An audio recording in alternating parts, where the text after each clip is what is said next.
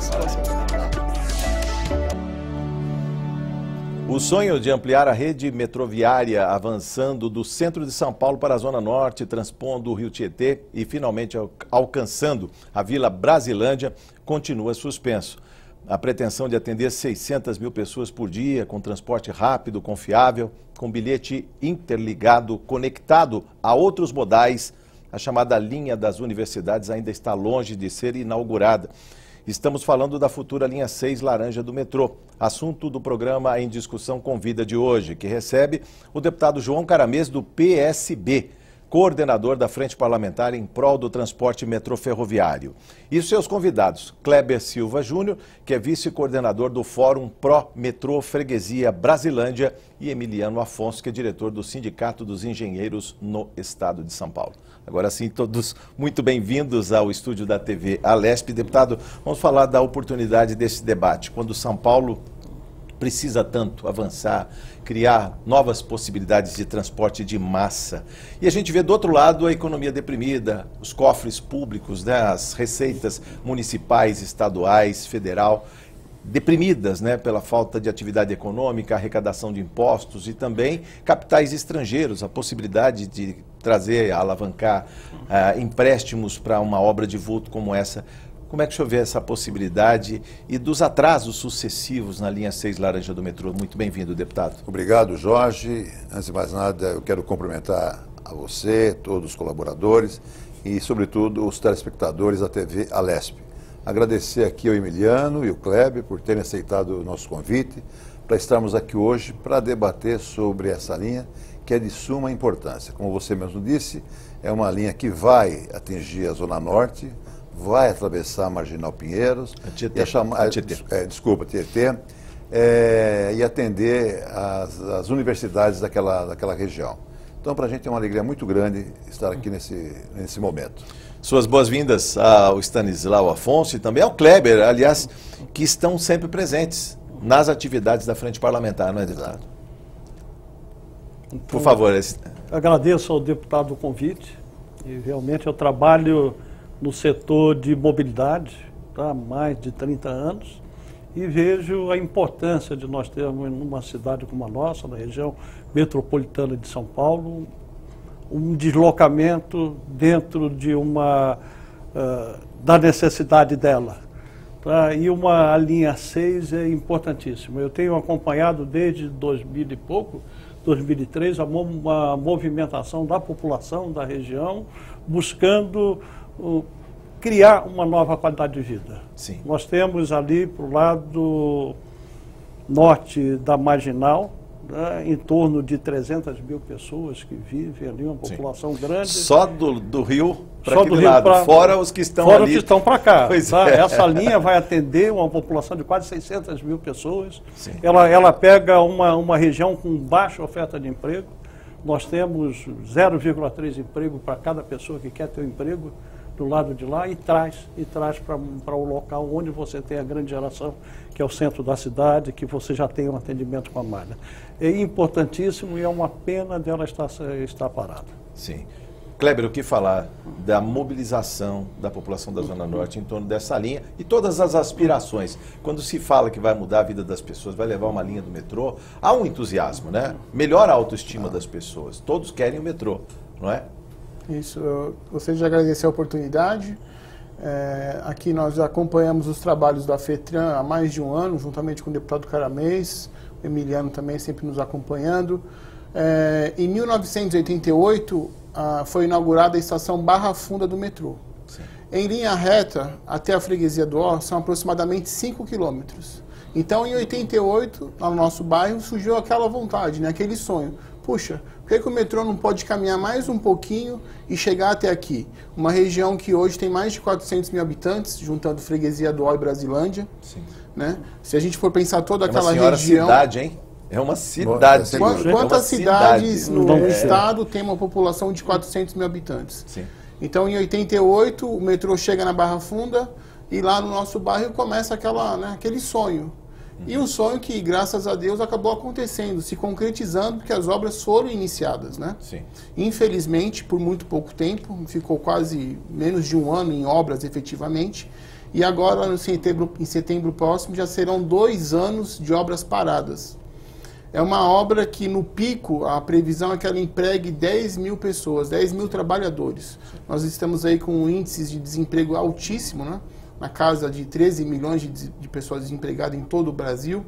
Aqui na cidade de São Paulo é algo em torno de 2 milhões.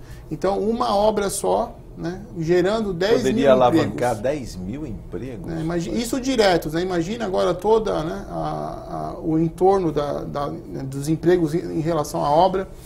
Temos lá uma fábrica de aduelas que foi construída no bairro de Perus, né, para abastecer a linha.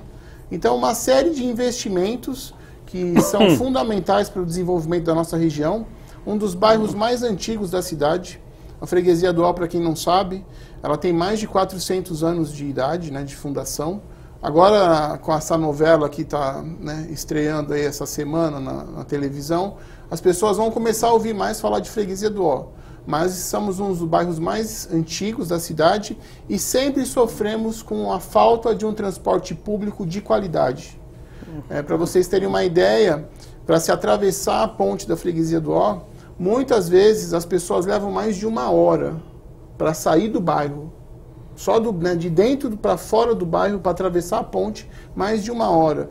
Então, essa questão do metrô, para nós, é fundamental. Estratégica, se pode falar, em termos futuros. Né, sobre vários aspectos que a gente pode estar debatendo. Deputado, pode até colocar perguntas aqui para o nosso especialista, inclusive, e para o morador que está na linha de frente, né? Antes, porém, eu quero aqui me desculpar pelo equívoco que eu cometi atravessando o rio, né? Chamando o Tietê de Major Pinheiros. Ocorre que nós estamos aqui também debatendo a linha 17, né, na nossa frente, e todas as ocasiões nós falamos, tem que atravessar o rio para chegar em Paraisópolis, que é um assunto para uma outra oportunidade. Sim. Então eu fiz essa confusão. Mas, ô Jorge, veja bem, nós estamos aqui com o Emiliano, que é um metroviário, especialista, engenheiro. Estamos aqui com o Kleber, que representa a comunidade, né? E a frente, ela veio justamente para isso, para que a gente dê a oportunidade, Kleber, da população poder participar, como vocês participam, ativa e efetivamente. Vocês são super organizados, super mobilizados, e eu tenho certeza absoluta que o resultado disso será a continuidade dessa obra. Essa obra, como todos sabem, foi concedida, uma PPP, o Move São Paulo acabou sendo vitorioso na concorrência, e em decorrência da Lava Jato, as empresas envolvidas acabaram paralisando as suas atividades e ocorreu a paralisação dessa importante obra. E o que nós debatemos na frente é o seguinte: se faz uma nova PPP ou o metrô assume essa responsabilidade? Vocês sabem qual é a minha opinião. Né? A minha opinião realmente é de que o metrô assuma a responsabilidade da obra, decrete a caducidade desse contrato, juridicamente isso é possível, e o metrô assume essa responsabilidade de construir.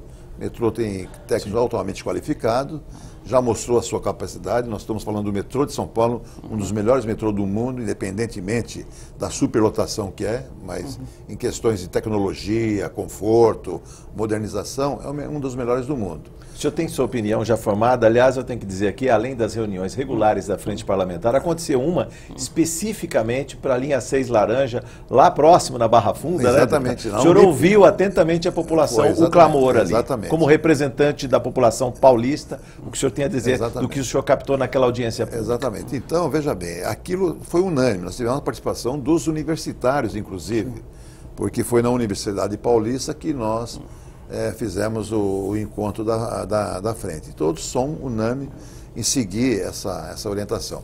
Mas eu queria ouvir do Emiliano um pouco sobre isso e do Kleber também sobre essa possibilidade.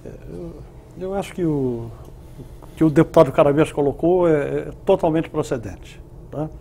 Nós precisamos em São Paulo ter uma mobilidade boa, até para gerar emprego. Sim.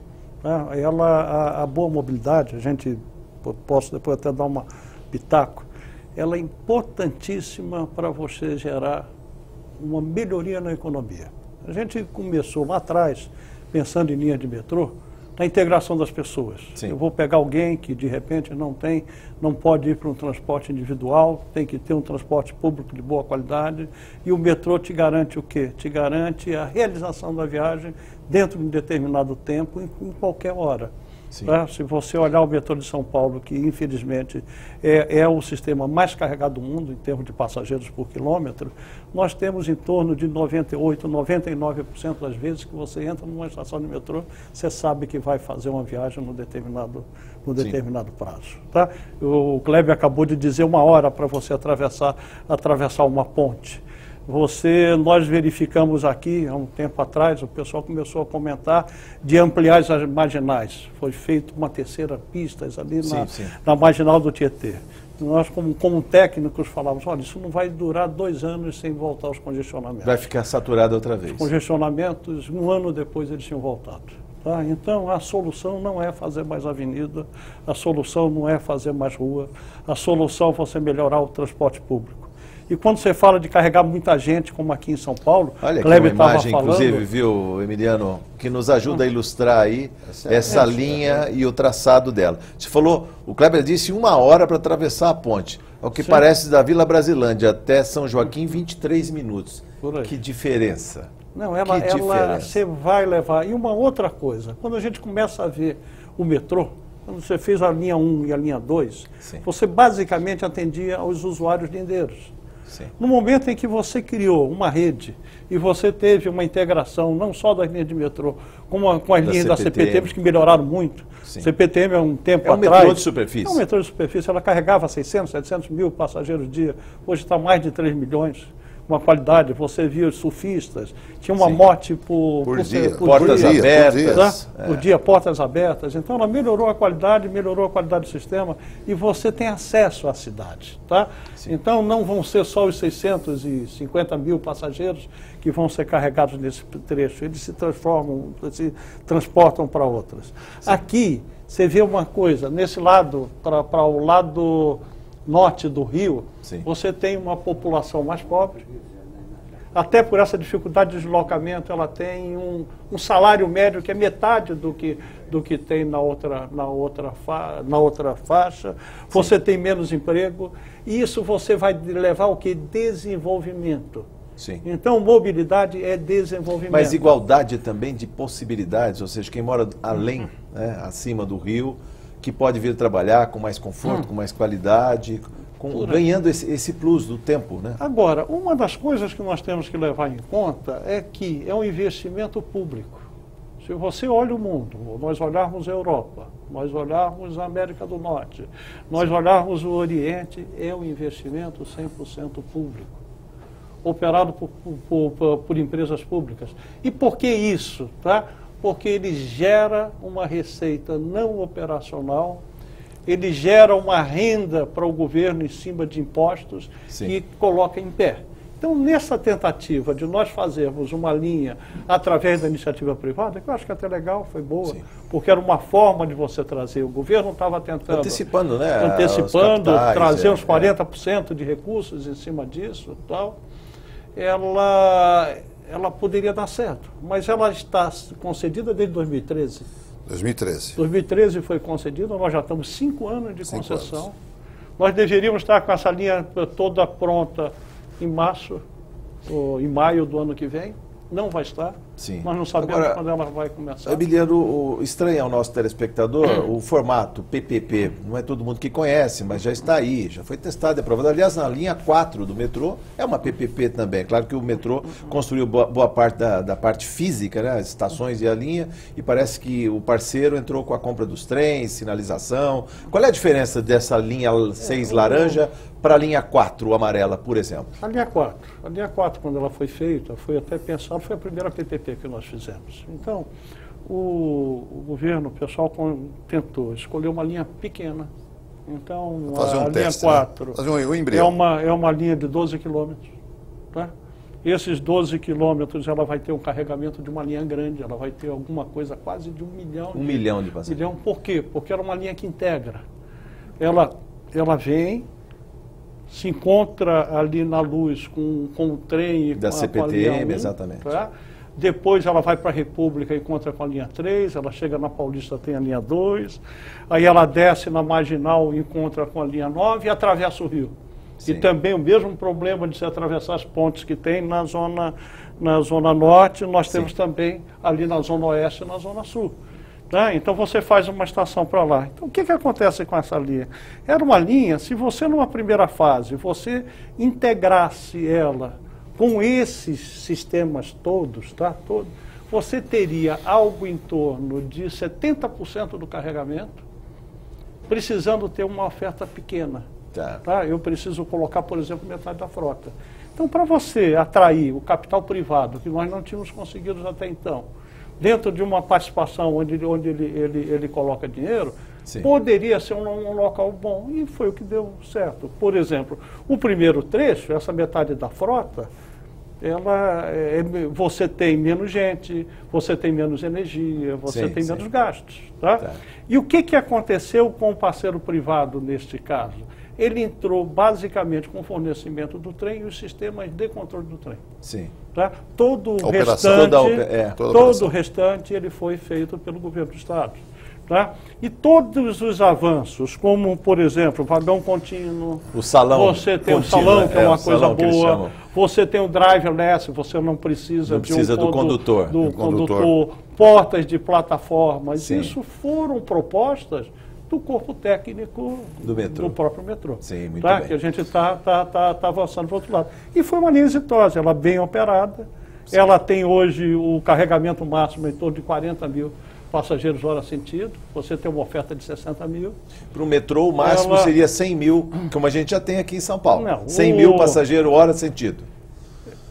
Quando você vai calcular uma linha de metrô, você pensa o carregamento. Tá? O carregamento que a gente usa em projeto são 6 passageiros por metro quadrado. Tá. Isso te dá algo em torno de uns 62 mil passageiros hora sentido, 63. Nós estamos mudando o sistema de controle, tentamos ir para o CBTC, que de repente diminui o intervalo entre trens e com isso você vai ampliar.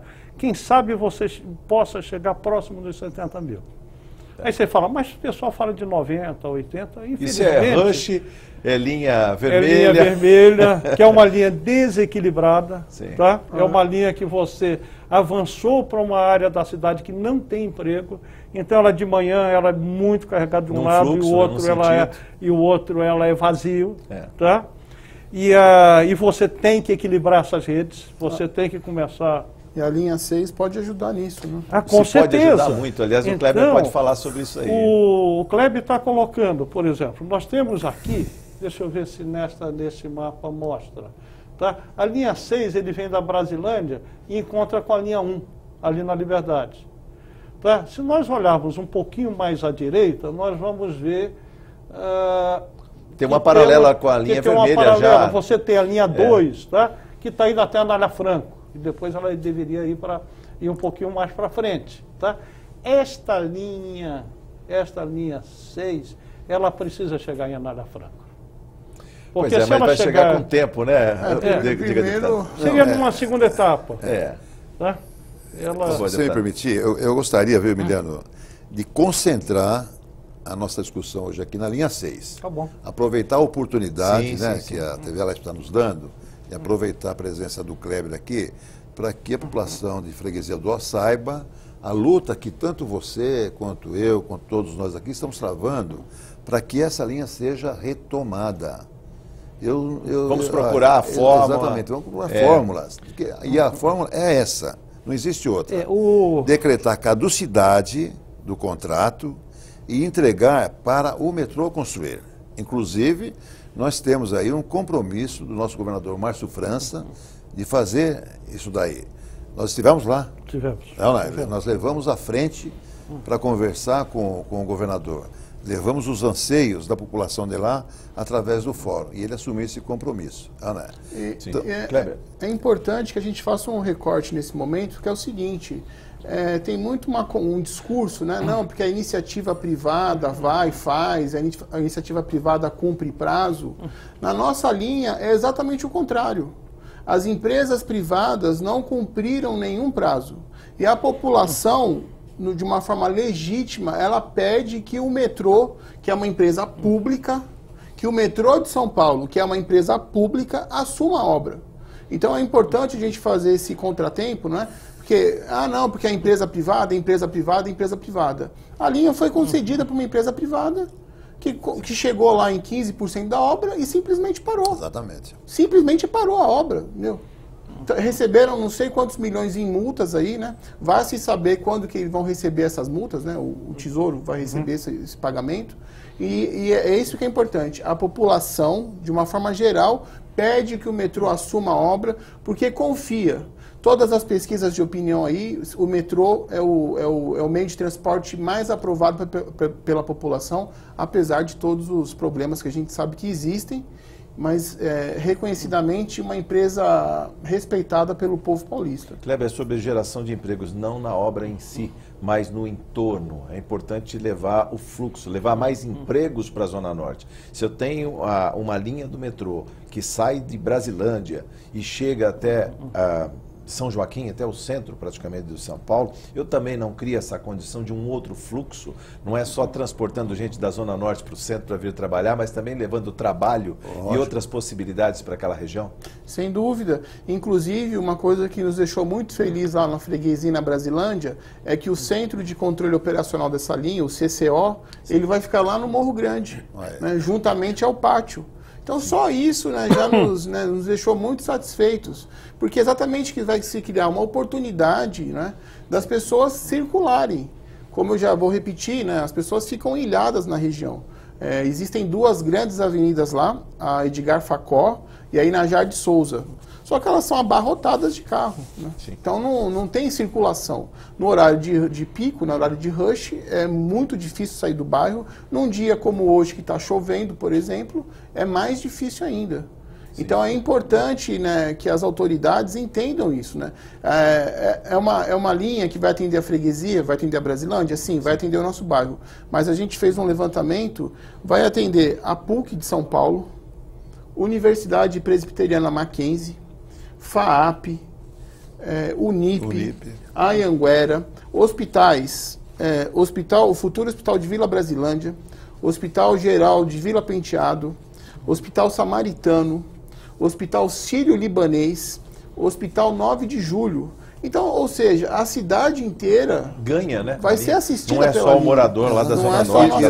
E no momento que nós estamos precisando tirar os carros das ruas, né? Já não aguentamos mais tanto congestionamento, tanta poluição, essa questão ambiental. O metrô é a saída. Aliás, essa discussão o senhor coloca muito bem na frente parlamentar, nas reuniões da frente parlamentar. Uma tentativa de melhorar o fluxo na cidade de São Paulo, né, deputado? O senhor tem ouvido comumente aí especialistas, aliás, é uma demanda planetária, né? Diminuir a quantidade de carbono numa cidade que já tem um trânsito caótico e que mata, né? Que gera muitos problemas. O metrô pode ser... O pode metrô não, né? É a salvação. É o metrô, os trens da CPTM, todos eles. O sistema metro ferroviário é a salvação para melhorar o nosso meio ambiente, mas, sobretudo, dar uma condição adequada para a população, para o trabalhador, para o estudante, para a dona de casa, etc. e tal. Nós temos um estudo na Secretaria de Transporte e Logística que mostra que daqui a 13 anos, 2030, né? 2030, todas as nossas rodovias estarão saturadas. Quer dizer, nós não precisamos mais de estrada, nós precisamos de ferrovia, de trem, passageiro e carga.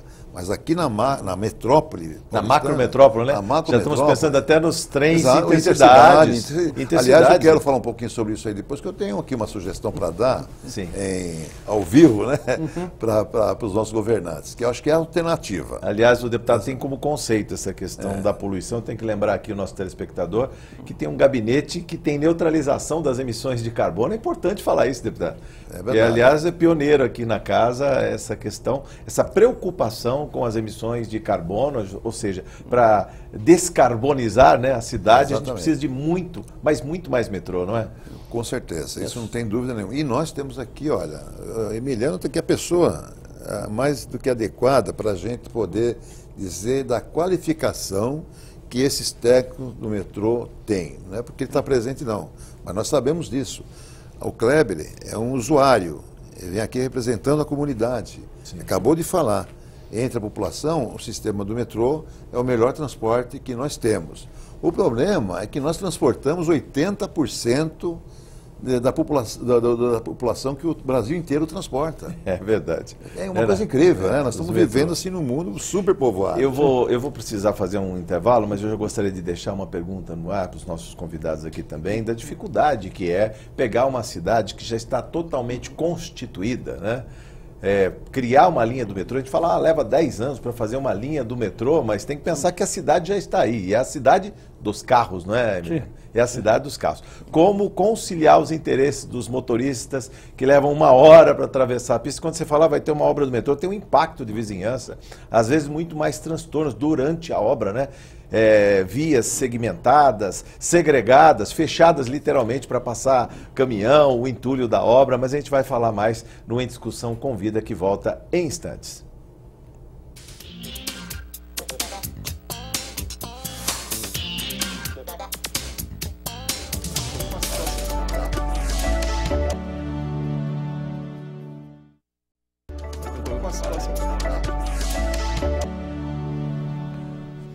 Estamos de volta no Em Discussão Convida, hoje recebendo o deputado João Caramês, do PSB, e os seus convidados, Emiliano Afonso e Kleber Silva Júnior. Kleber, que é do Fórum Pró-Metrô Freguesia Brasilândia, um especialista, um engenheiro, e no bloco anterior falávamos aí de uma cidade já constituída, uma cidade de 11 milhões para 12 milhões de habitantes, como é construir uma grande obra, uma obra de vulto, Emiliano, numa São Paulo que já está aí totalmente adensada. Uma coisa é pegar uma área que não tem trilhos, constituir um metrô, seja de superfície, aéreo ou em túnel. E outra coisa é pegar uma cidade que já está aí com pesados investimentos já em obras de infraestrutura. Imagino, puxar uma linha do metrô, pode ser por cima, pode ser por baixo do Rio Tietê, mas há sempre uma dificuldade, há um impacto, não é, Emiliano? Com certeza. Agora é o impacto que não dá para fugir.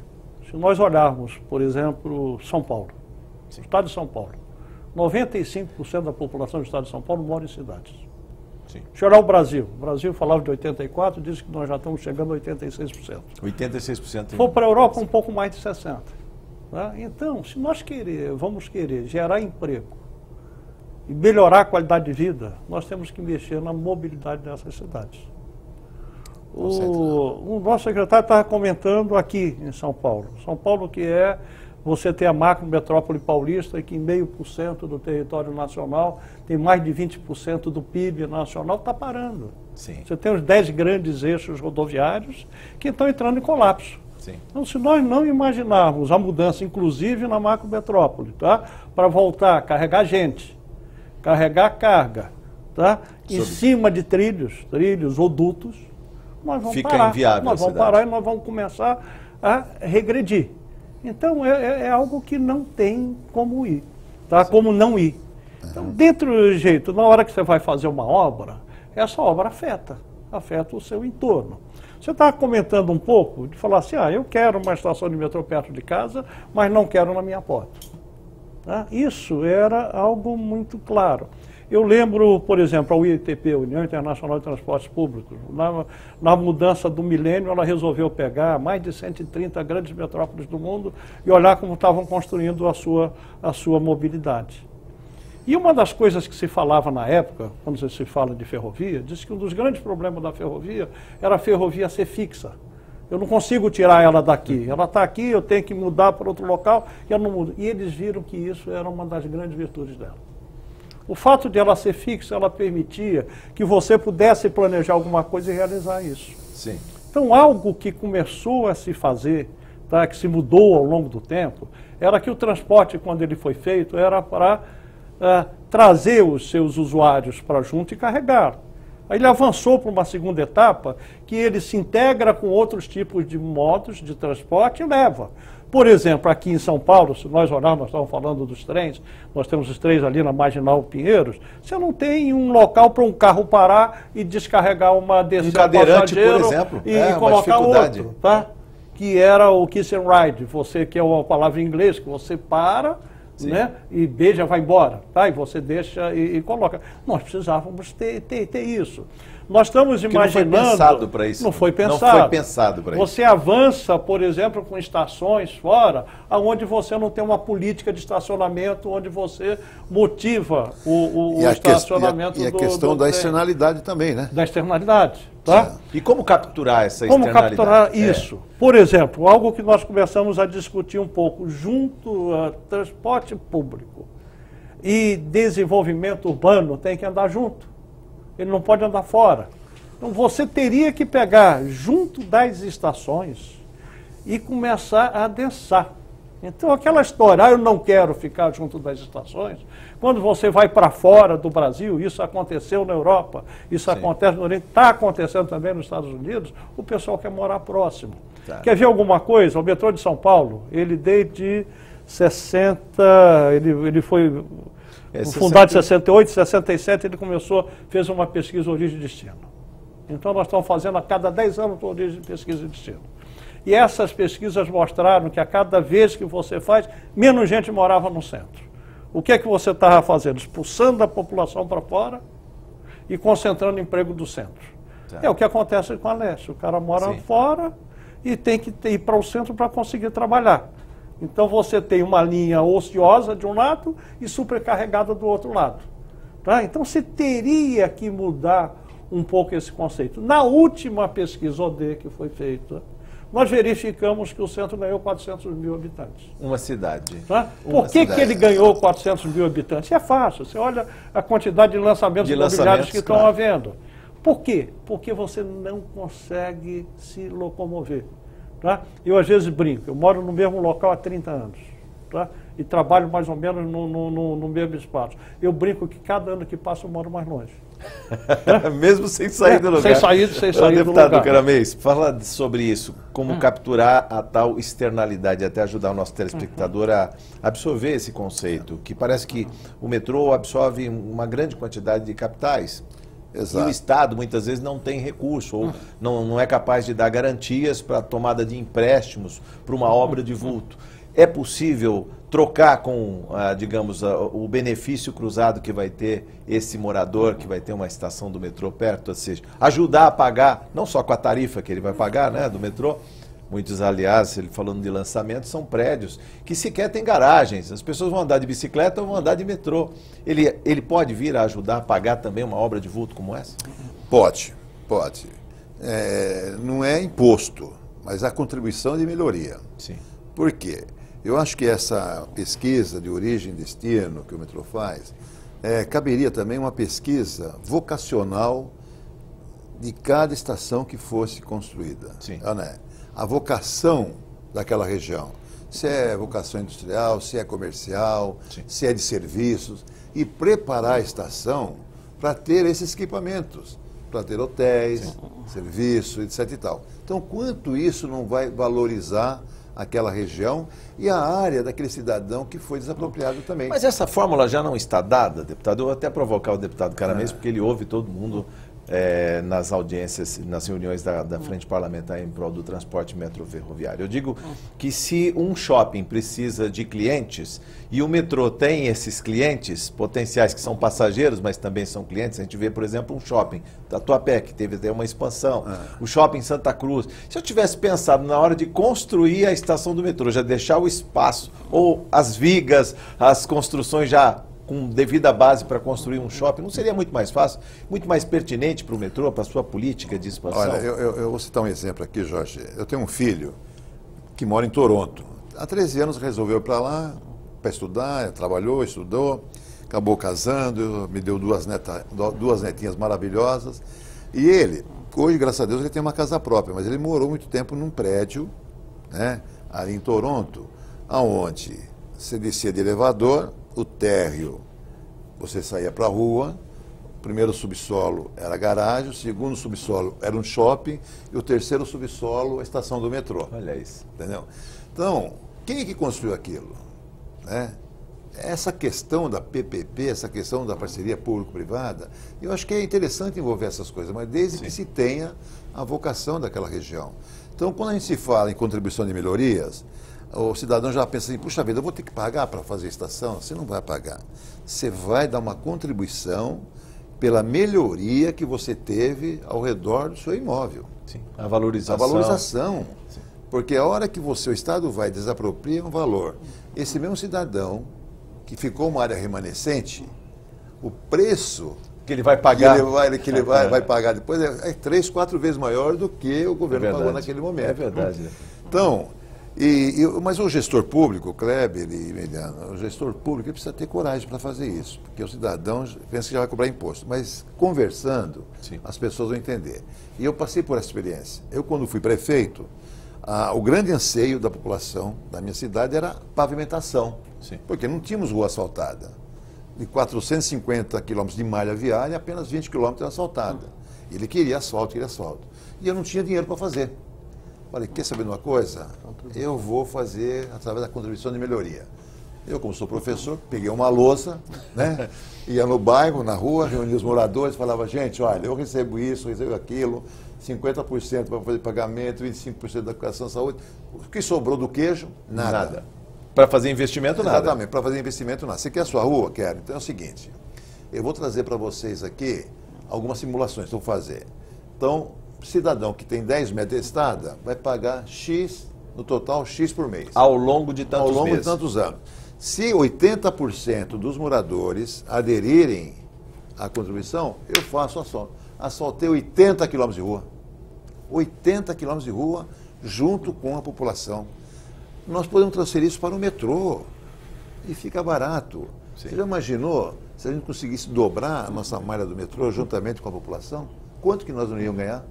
Kleber, eu quero saber também se o simples fato da notícia da chegada do metrô também não causou, digamos, quem tinha um terreninho ali perto já, então, né? Imagina ali do lado do pátio de manobras ali. Nós não temos o metrô, mas todos os prejuízos, né, que a obra traz, nós já estamos sofrendo. E tem isso também, o contrário é verdade. E há tempos, né? Vocês estavam comentando essa questão de inversão de mão de rua, né? Tem que fazer fecha uma rua, fecha uma avenida, lá na região já aconteceu isso, né? Sim. Então, ruas que tradicionalmente, né, eram ruas de mão dupla, com o início da obra viraram mão única. Isso afeta o comércio, né? Nós temos lá reclamações de vários comerciantes, porque era uma rua de passagem, ela virou aquela rua, né, um corredor. Sim. Então ninguém para ali mais para ir na padaria, para ir na lanchonete, não, o pessoal só passa sentido, né? Procurando a saída do bairro. E a questão da especulação imobiliária. Tá. Que em 2012, maio de 2012, quando foi decretado a utilidade pública das áreas, né, onde seriam construídas as estações, todo o entorno ali que não foi desapropriado aumentou de preço. É normal. Então, né, comum até ver a indústria imobiliária já oferecendo lançamentos a 200 metros do metrô. Futura estação. Né? Já estava tudo combinado, né? E isso você pega aqueles panfletinhos que distribui no semáforo, né? Sim. Tá lá, edifício tal, a tantos metros da estação tal. Mas que estação é essa? Não, é que vai ter uma estação. Então, né, a nossa região vem já há muitos anos, então eu falei 2012, né, já são 6 anos, sofrendo com especulação imobiliária, então ficou caro morar lá, né? Sim. O senhor falou que o seu filho, né, conseguiu comprar uma casa. Lá na nossa região está mais difícil, porque os preços aumentaram, porque se criou toda essa expectativa em relação à chegada do metrô. E os locais das estações já existem, né?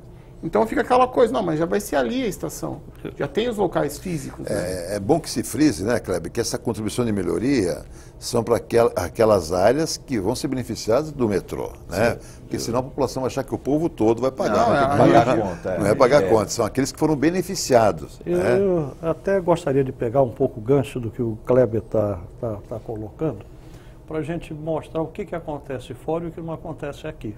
Então conta para a gente. Ele citou algo. Por exemplo, você vai falar de uma linha de metrô. A linha de metrô, o pessoal sabe que quando você tem uma mobilidade melhor numa cidade que não tem, você vai aumentar o valor dos imóveis. O Banco Mundial pediu, por exemplo, na linha 4, quando a gente foi fazer, de que ela levantasse o que acontecia com o setor imobiliário. Nós vimos que em alguns casos chegava a mais de 100%. Dobrava o valor. Dobrava o valor. Você chega nos 70 quilômetros que nós tínhamos de metrô naquela época, mais de 20% dos lançamentos imobiliários feitos na região metropolitana de São Paulo eram feitos junto nas áreas de influência das linhas de metrô. E o metrô, o governo, recebe zero. Não recebe nada disso aí. Ao contrário, por exemplo, se nós pegarmos a linha 6, você tinha uma previsão de pagamento das desapropriações. Tá. Todas as desapropriações para se fazer esse trecho da linha 6 foram feitas pelo governo do Estado, que pagou quase o dobro do que se imaginava no começo pela especulação imobiliária que veio junto com a linha. Então, ou seja, você gera algo, um benefício para a população, você gera um benefício para a economia e não volta para o governo, né? Então, dentro disso, nós tínhamos que mudar um pouco. Se nós olharmos a proposta do governo do Estado de São Paulo, que ia até 2014, você tinha 130 quilômetros de novas linhas metroferroviárias a serem construídas em São Paulo. Essa proposta diminuiu para menos de 100 quilômetros quando chegou 2015. Tá? E nós não fizemos nem um terço. Um choque de realidade, é? Nem um terço. Porque lá atrás, antes da Copa do Mundo, se falava do Brasil grande, trem-bala. Acho que era tanta coisa que vinha por aí. Pode ter sido um choque de realidade junto com uma nossa economia que começou a ir para trás, tá certo? Nós entramos, infelizmente, numa recessão que se prolongou durante uns 3 anos. Pode ter sido um choque de realidade. Mas o que eu gostaria de citar é que nesses 130 quilômetros novos não tinha uma proposta de você fazer investimentos imobiliários. Então, quando você sabe que mobilidade tem que estar junto a desenvolvimento, nós poderíamos estar criando, por exemplo, lá na freguesia, para o lado da Zona Norte, uma nova centralidade, onde eu faria um centro comercial, onde eu poderia fazer uma geração de empregos. Você citou do shopping metrô Tatuapé e o Santa Cruz. O shopping metrô Tatuapé e Santa Cruz não foram previstos, mas a linha mudou, ela continuou, você ficou com um terminal ocioso, um estacionamento ocioso e fez um shopping. Eu tive até a oportunidade de trabalhar diretamente com isso para sair. Nós tivemos que mudar a legislação, porque a legislação não permitia. Ou seja, muitos entraves, né? Uma porrada de entraves. Agora, na realidade, o que aconteceu? Se criou uma centralidade ali junto de Tatuapé, você gerou uma demanda ao contrário, você gerou uma receita adicional. Então, deputado Caramês, por exemplo, o que o americano faz quando você vai fazer uma nova estação? Você falou da contribuição de melhoria. Ele pega a área de influência direta de uma estação, que vai ser feita. Ele levanta o que gera de impostos ali, a nível municipal, a nível estadual e a nível federal.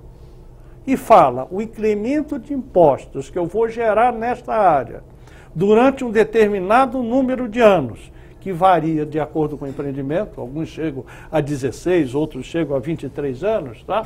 Ele volta para quê? Para amortizar esse investimento. E os órgãos de fomento, tá? Como um BNDES que nós temos, eles aceitam essa geração como uma garantia para te dar um empréstimo. Então você começa a ter uma sinergia. Depois, o que você faz? Você acaba junto a algumas estações desapropriando uma área um pouquinho maior.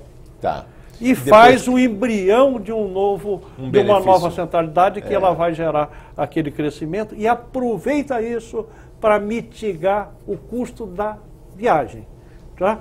Por exemplo, na América do Norte, Estados Unidos e Canadá, que estava sendo citado agora, o passageiro paga 31,5% do custo da viagem. Tá? O resto vem de outras coisas. Receitas. E o Olha, a 6 minutos do encerramento da nossa conversa, precisamos fazer uma rodada de considerações finais. Kleber, começando por ti, sobre a expectativa que fica dessa nova linha, o que o Fórum tem feito para pressionar também, para procurar soluções e tentar levar no menor tempo possível, já visto que uma parte da obra já foi feita, e não se pode perder todo o investimento que já se colocou lá.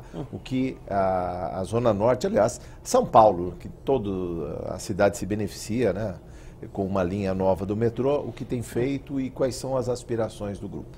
Então, o nosso movimento, ele reivindica o seguinte: a linha 4 já está praticamente entregue, né? Falta uma estação.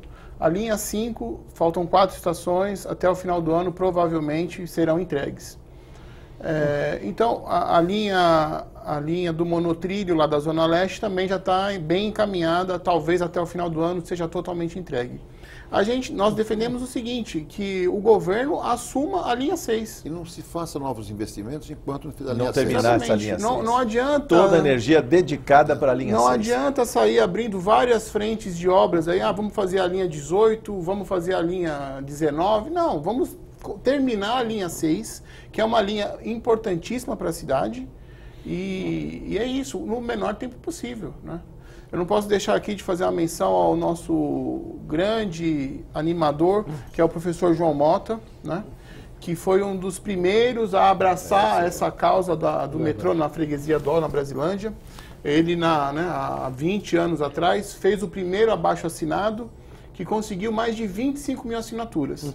E quero também fazer uma menção aqui ao bispo da Igreja Católica na região, Dom Devair Araújo da Fonseca, a igreja que sempre esteve ao lado da linha 6. As nossas primeiras reuniões, as nossas maiores reuniões, sempre contaram com o apoio dos bispos e da igreja aqui de São Paulo. Não posso deixar de citar. Muito bem. Emiliano Afonso? Eu gostaria de fazer uma ressalva um pouco a esse movimento da freguesia do Ó, né? Esse movimento presidia uma associação, nos procurou em 2003 e a gente ajudou, e eu vi tudo. Olha, aquilo mexeu nas universidades, mexeu nas associações de bairro, mexeu na igreja, a gente brinca, falamos até com o bispo, né? Com o bispo, as escolas de samba. Ou seja, foi um movimento que pegou a população e ela começou a pressionar. E ela acabou pressionando de uma forma correta. Você não conseguia levar a linha 3 até lá. Era fazer uma nova linha, que era essa linha, sim, que ajudar a integração e se mobilizar. Tá? Eu acabei conhecendo a freguesia. Você não tinha visto isso em nenhuma outra linha? Eu tinha visto alguma coisa parecida, menor, quando se levou a linha 2 para a Zona Leste. Da Zona Leste. A Zona até Vila Prudente foi uma movimentação que começou lá na Zona Leste, que foi pegando jornais. O Newton Zadra, né? Nossa, teve muita coisa e avançou. Mas essa foi mais popular. Tá? Essa nasceu na base. A outra foram de entidades que já tinham um mínimo de formatação. E ela não pode parar, ela tem que realmente avançar. E eu gostaria de chamar um pouco a FETRANS. Tá? Nós tivemos reuniões da FETRANS. A FETRANS, ela tem os técnicos, ela tem a indústria, ela tem a população, ela mexe com os stakeholders que mostram a mobilidade. E ela, unânime, ela endossou de que este contrato ele tem que ter a caducidade e tem que ser assumido pelo metrô de São Paulo. E ela acaba trazendo uma vantagem. Tá? Depois de fazer esse primeiro trecho, ela te dá a oportunidade de você avançar com o segundo trecho até a linha 2. Aqui dentro da concessão que tinha hoje, você não tinha. Então isso para você imaginar a possibilidade futura é importante, e algo que vocês tocaram aqui, que nós não podemos esquecer. Nós temos que gerar recursos adicionais que a própria linha faz, que o próprio sistema ele acarreta para os governos, para que coloque em pé a própria linha e ajude a mitigar o custo da viagem. Muito bem. Deputado, para encerrar esse programa em discussão, convida o que faltou dizer e o papel da frente, hein? A frente parlamentar que está aí. Olha, a frente parlamentar é uma ferramenta que nós temos aqui na Assembleia, que eu acredito muito nela. Acredito mesmo, porque nós temos experiências aí de outras frentes. Sim. Que nós conseguimos alcançar os seus objetivos, como a questão da hidrovia, da mineração, dos municípios de interesse turístico. E essa não será diferente, viu, Kleber? Viu, Emiliano? A nossa frente parlamentar de transporte, em apoio ao transporte metro ferroviário, de passageiro e carga, diga-se de passagem, ela alcançará seu objetivo. E o primeiro desafio nosso é esse da linha 6. Esse da linha 6. Esse foi literalmente abraçado. Não foi abraçado, tanto a linha 6 quanto a 17. Mas aqui, como nós estamos representando a linha 6, nós estamos concentrando só nela. Nós abraçamos a causa, vamos trabalhar, vamos lutar, vamos perseverar para que realmente o governo decrete a caducidade desse contrato e o metrô assuma a responsabilidade de construir. O metrô, ao longo da sua história, já mostrou que tem capacidade, tem condições de assumir esse grande... Não é por falta de engenharia, técnicos muito especializados, métodos construtivos, tem tudo. Muito pelo contrário, tem tudo. E volto a repetir, nós temos compromisso do governador para fazer isso, vamos cobrar, que é necessário que isso aí realmente aconteça, em benefício de toda a população de São Paulo, em benefício do nosso povo. São Paulo é a grande referência do país, né? E não será diferente nessa luta que a Frente Parlamentar abraçou juntamente com os técnicos, mas sobretudo juntamente com a população da freguesia Brasilândia. Parabéns e sucesso em mais essa empreitada, deputado João Caramês. Muito obrigado por sua participação aqui. Emiliano, muito obrigado. Volte mais vezes à TV Alesp. Muito obrigado, Kleber. Muito obrigado por sua audiência. Até o próximo Em Discussão Convida. Eu espero você.